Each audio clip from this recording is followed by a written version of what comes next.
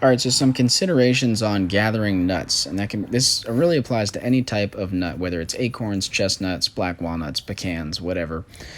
The first thing is I like to really focus my efforts on trees like this red oak tree here that are having a mast year, where the ground is just carpeted with acorns. There's just silly amounts of nuts on the ground.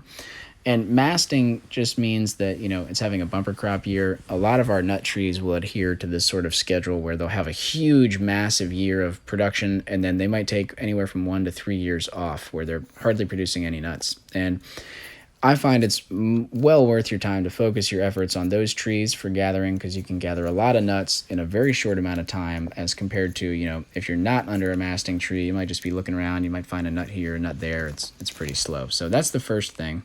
The second consideration is going to be to examine your nuts and try to do some quality control as you're gathering. So you can see that acorn there where it, used to connect to the cap. There's some discoloration. That might not be a good acorn. This one has some damage where the cap used to be. That is an invitation for mold. If you're starving, you could certainly get some food out of that if you had to, or if you really didn't have a lot of seed and you wanted to plant those, they might germinate. But if you have access to a masting tree with tons of nuts, it doesn't make sense to pick up any of the questionable ones. You want to go for ones that look like this. They look, the color is good. They look whole. There's no exit wounds where a bug might have left. There's no visible mold. Another good thing to do is to crack a few open. So you can see this acorn that came out of the shell, incredibly moldy, not something you would probably want to eat or plant. That's probably dead. And so, crack a few open to get a visual examination. What do they look like inside of the shell? And that'll give you an idea, roughly what percentage of viable nuts you have. You can see that chestnut there. That's a chestnut, and it's actually this chestnut. I put the clips in the reverse order, but that's a chestnut that I probably would plant, but I don't think that I would want to eat. It had some damage inside.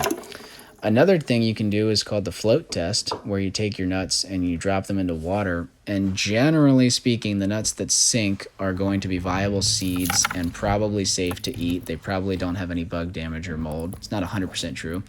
And if nuts float, that means they probably have mold or an air pocket, or they're underdeveloped, or a bug. And you probably want to, just set those aside, throw them in the compost, throw them outside somewhere. Sometimes some of those nuts might sprout, but they're probably not worth processing to try to eat. And this right here is a beautiful bitternut hickory that was having a mast year I was collecting from recently.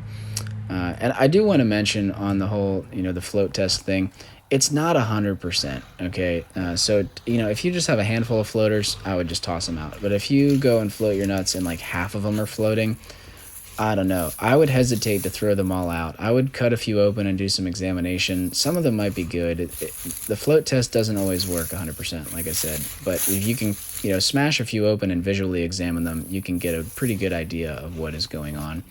It's a little hazelnut patch on the side of the road I was picking from recently. It was not having a mast year, and so I only got a handful of nuts.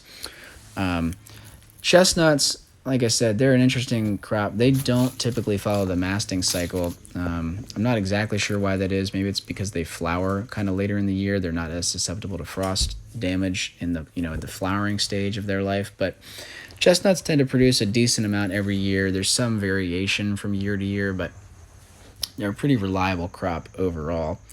And so if you're picking from a chestnut, you still want to find one that's producing a lot. Sometimes I find chestnuts that even though they don't adhere to that masting cycle, sometimes they're growing in isolation and they don't get good pollination. And so it is possible to find a chestnut that's just producing duds like this, what you're looking at right there. And so everything I've said so far applies. Look for a chestnut tree that has a lot of nuts on the ground. Examine the nuts as you're picking them up. You don't want to pick up a bunch of duds. You want to inspect for mold and bug damage and that sort of thing. Another thought is that not all nut trees drop all their nuts at once. Sometimes they'll drop them slowly over a period of time. And so if that's the case, you might have to try to beat the wildlife by coming out on a pretty regular basis. Typically in the morning is a good time to check. Here's a moldy chestnut that you probably don't want to collect. Another tip is to try and collect after a big windstorm. If a lot of wind and rain have come through, that might have knocked a bunch of nuts onto the ground. That's always a good time to go and check for nut trees and see what is on the ground. Anyway, those are some basic thoughts on gathering nut, whether it's for seed or for food. And, Each species is a little bit different. Things are going to change from year to year. Experience is the best teacher. You just got to get out there and start gathering, and the trees will teach you what's up.